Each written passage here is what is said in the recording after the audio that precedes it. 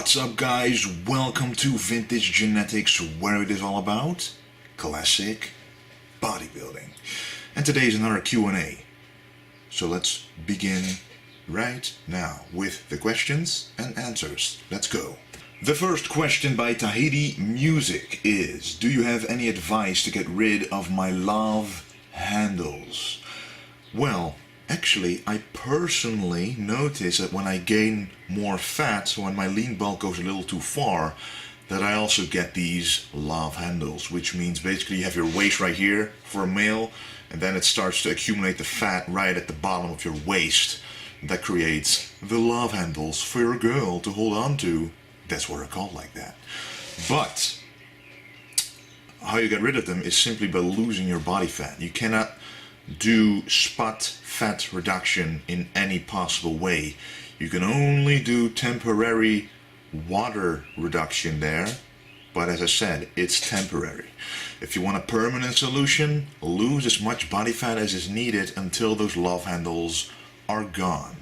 I have that same problem, but it's simply where most men store their fat. For women, it's their butt and their legs. For men, it's their stomach. So you gotta deal with it until you lose the body fat. Next question by Marnix Stortelder. Hey Wesley, how do you estimate your calorie intake? What kind of formula do you use? You saying your maintenance is at 5,000 calories. On a cut, what you do a 500 deficit. Well, first of all, on a cut or a lean bulk, I like to either decrease or increase with about 250. Now, for the regular person, this really counts, because if you want to make all your gains stay right where they are, especially when you're going to cut from a lean bulking phase, you don't want to drop 500 or even more right away for a long period of time. At least what I notice is that the slower the progress goes, the longer it actually stays like that. The faster it goes, the more muscle will actually also disappear when you're cutting, for example.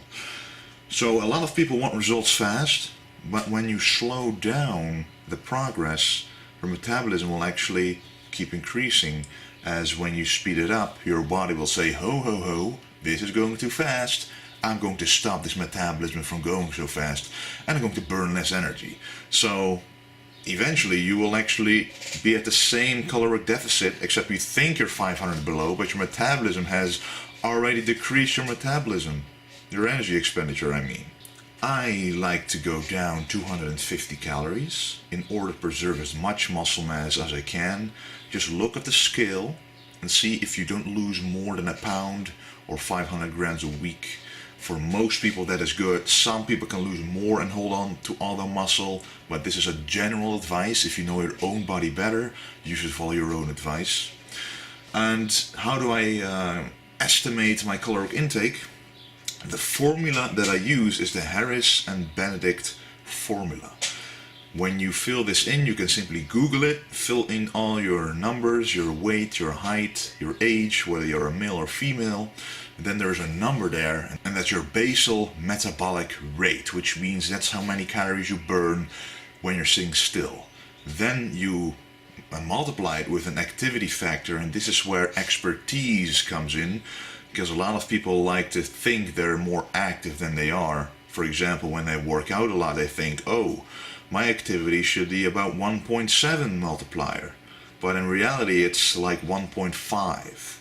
And that little difference actually makes a big difference at the end number of energy your body would need. So yes. Next question by Massives. Wesley, do vitamin B12 needles help?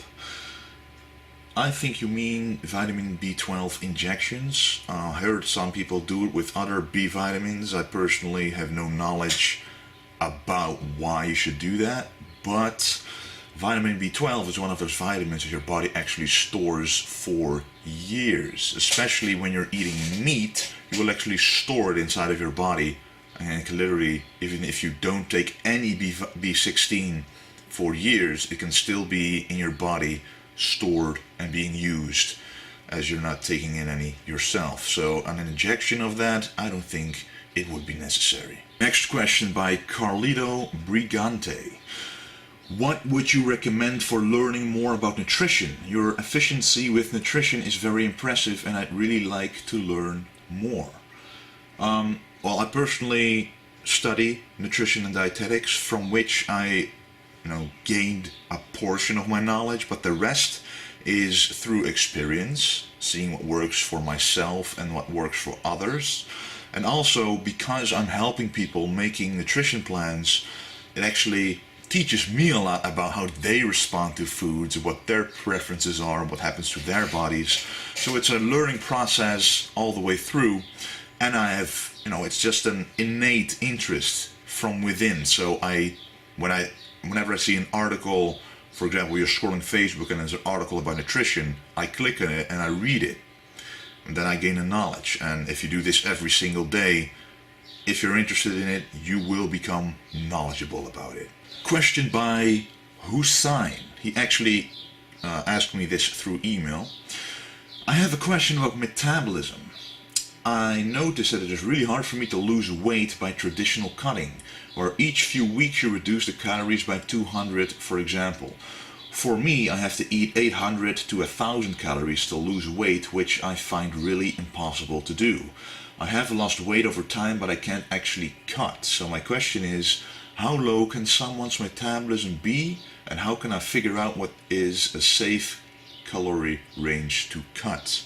When you're doing any kind of sport, your caloric needs are actually increased as opposed to a regular person who's not doing that sport, because you actually expend that energy. You need the energy to recover, and we can all know that a range from 800 to 1000 calories is way too low.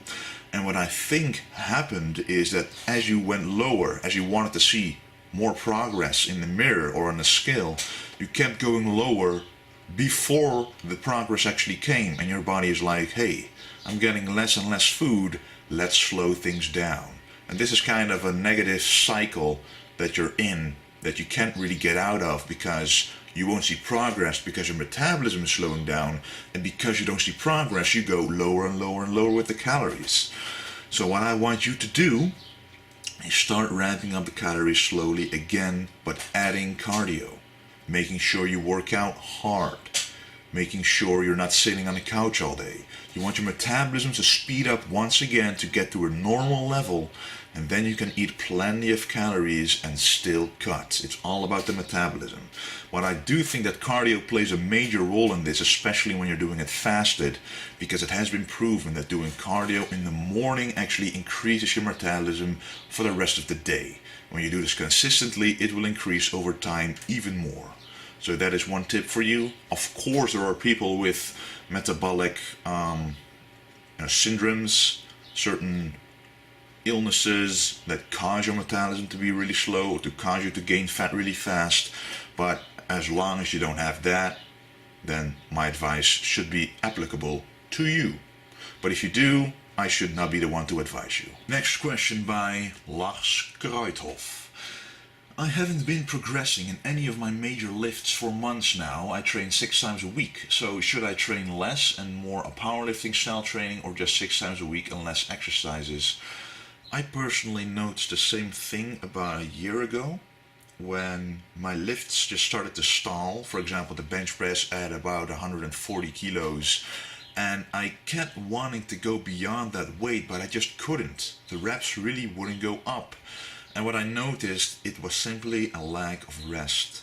Mentally, you might be able to go to the gym all the time, especially when taking pre-workouts and when it's really on your mind, that you really are obsessed with the training.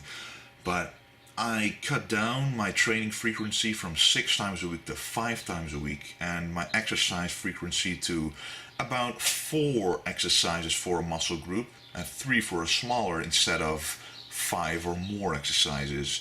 So my total volume has gone down a little bit, and my frequency of training has gone down, and my food intake has gone up. That could also be a limiting factor in your progress, because if you don't get enough calories, if you're not in a caloric surplus, it's going to be very difficult to make any progress strength-wise or muscle-wise. And if you don't rest enough, you won't be able to recover your nervous system enough for it to produce enough power to your muscles to contract them hard enough to be able to do more weight. So I suggest doing 5 trainings a week, eating plenty enough, making sure you get enough rest, and reducing the exercises if necessary. Next question by Donald M. Can your body be achieved naturally? This is a trick question, a tricky question. Why? Because it is not possible to answer.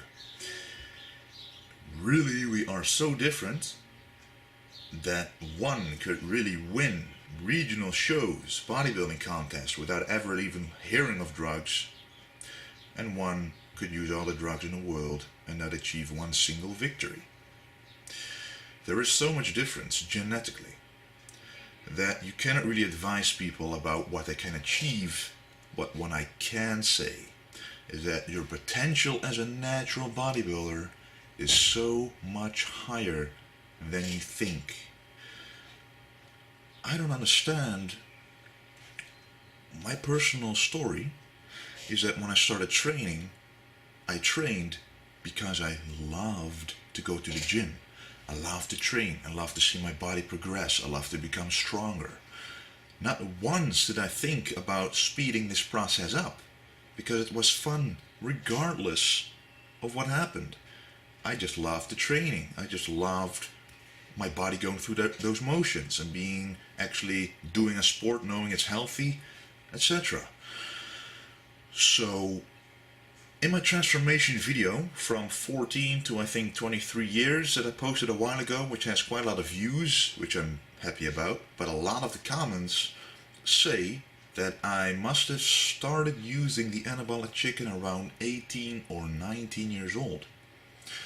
That tells me that that physique to people is at the edge of what is believed to be natural or not. But I can tell you one thing.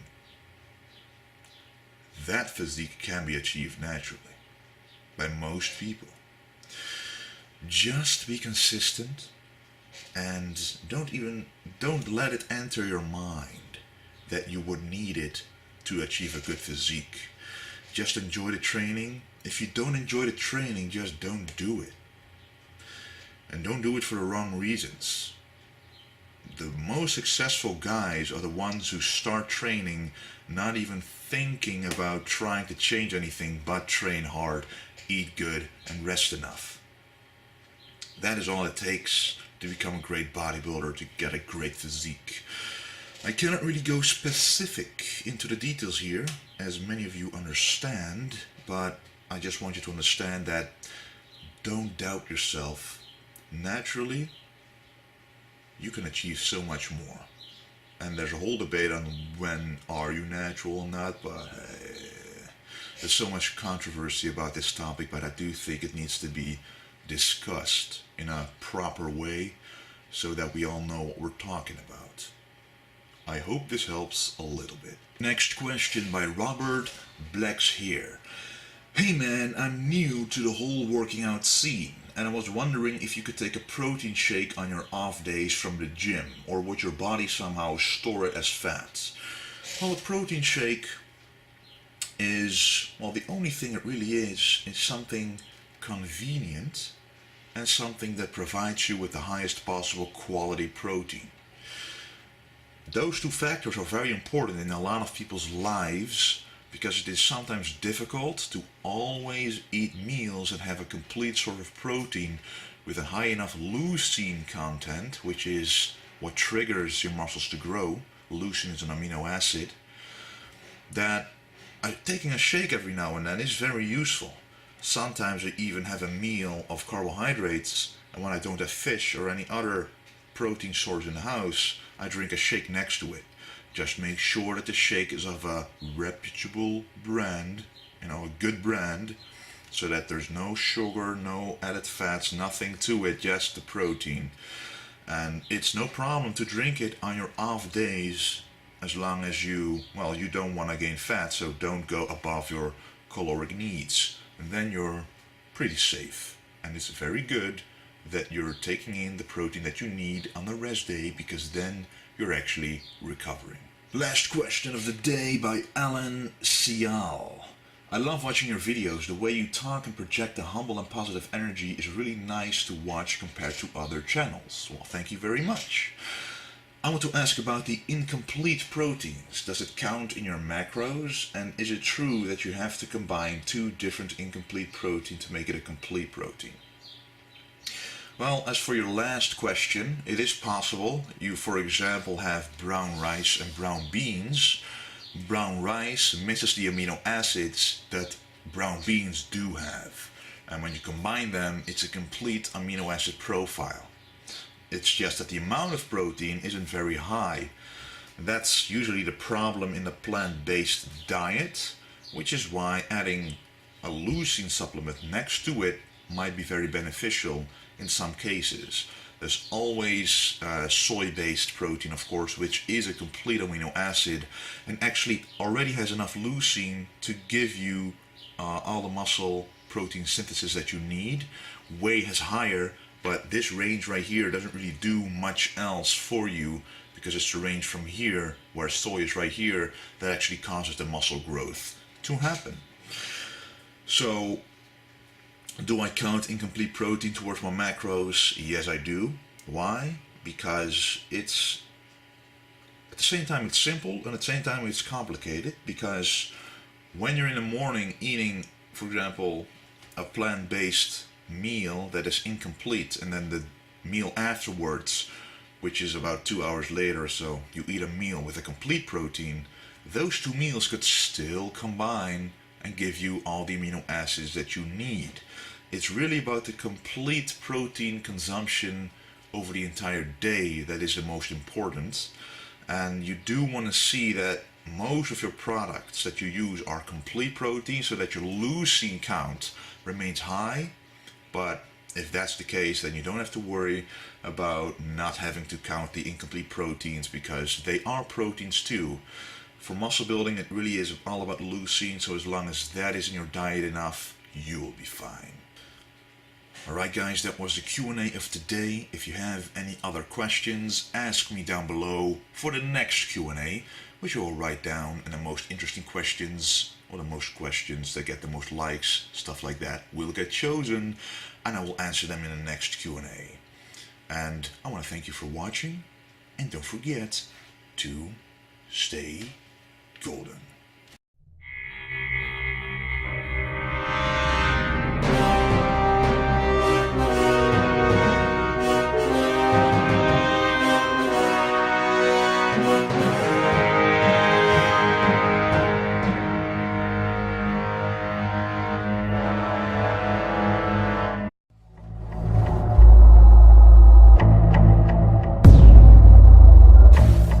What's up guys, welcome to Vintage Genetics, where it is all about classic bodybuilding.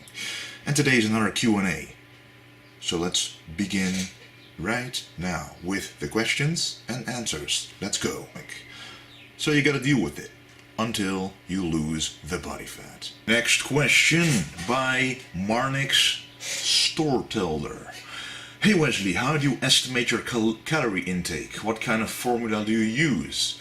You saying your maintenance is at 5,000 calories. On a cut, what you do a 500 deficit. The first question by Tahiti Music is, do you have any advice to get rid of my love handles?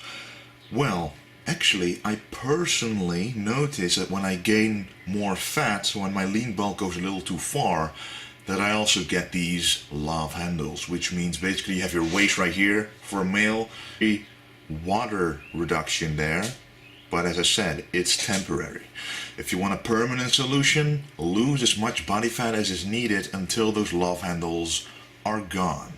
I have that same problem, but it's simply where most men store their fat. For women, it's their butt and their legs. For men, it's their stomach. And then it starts to accumulate the fat right at the bottom of your waist.